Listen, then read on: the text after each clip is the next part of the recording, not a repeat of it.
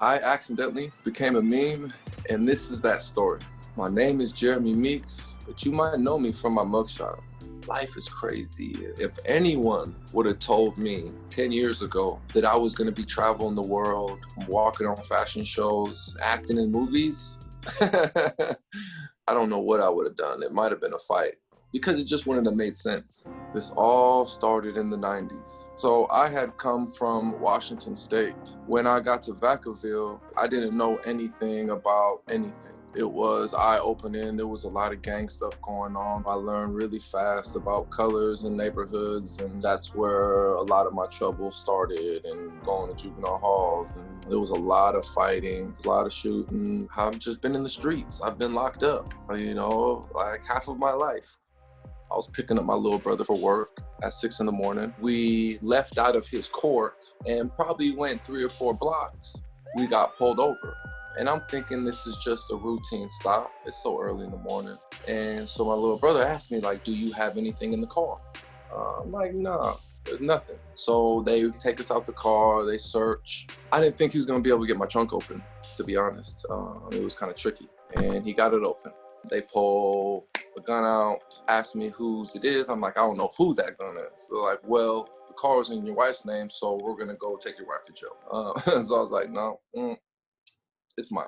They take us back to my little brother's house, and that's when we see all of the alphabets. The FBI's there, the DEA, the ATF, the Gang Task Force, you know, Operation Ceasefire. So when they cracked us, it was a lot more serious than I thought it was. And they take us in for processing. That's when I saw they raided 13 houses at once. A lot of people ask me, what was I thinking about in that moment? To be honest, I wasn't gonna be able to pick my son up from school, fall asleep with him every night, like, you know, all that was over. So I got locked up. I fell asleep, kind of. I woke up the next day, like 7:45 in the morning. They hit the buzz, boop, my door pops, and I'm standing up already pacing because I'm stressed. And they said, Meeks. I walked all the way down to visiting. It was one of my really good friends. He was just like, man, you went viral. And at this time, before my case, I think I had one MySpace account back in 2003. So I had zero idea what viral meant. And he was just like, you're all over the world. After that, every day I would look out of my little door and I'm on every single news station. It doesn't matter what channel you flip to, I was on it. Daytime TV, you know, I'm on everything. Within 72 hours of going viral, I literally had between 300 and 400 letters come in every single day.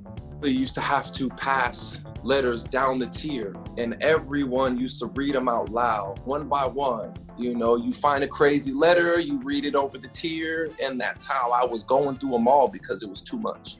I couldn't sit there and read every single letter. There was a lot of nudes, a lot of beautiful women sent a lot of beautiful pictures. So to all the ladies that sent those pictures, thank you. You helped me through a lot of my time.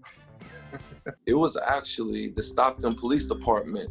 They posted all of our mugshots on their Facebook page and a couple of the guns so they can try to show the progress they've made on the gun violence. And that's where my mugshot went viral from. So they weren't very happy about that. They used to kick my ass in county jail because of it. While I was still incarcerated, I received, I believe, 45 contracts, whether it be modeling, management, movies, and I had never, ever in my life even seen a contract before. It was like trying to read French, very overwhelming. When I got out, it went crazy from there.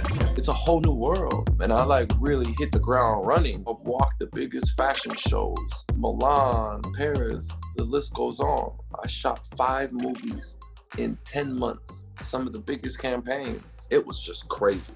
I had spent my whole life in the streets, you know, like now I'm on a photo shoot and you're telling me to hold my arms like this, and it was just hard to adjust like to this new life. It's been a wild ride, and I'm so grateful. You have to do right by it. I'm not taking anything for granted. There's a lot that needs to change in the judicial system. In California, weed is legal, yet we still have thousands and thousands of inmates sitting in there for simple weed possessions. A lot of cases need to be overturned and looked at again, because since the laws changed, people should be released, but they don't want to let them go because they're making money off of them.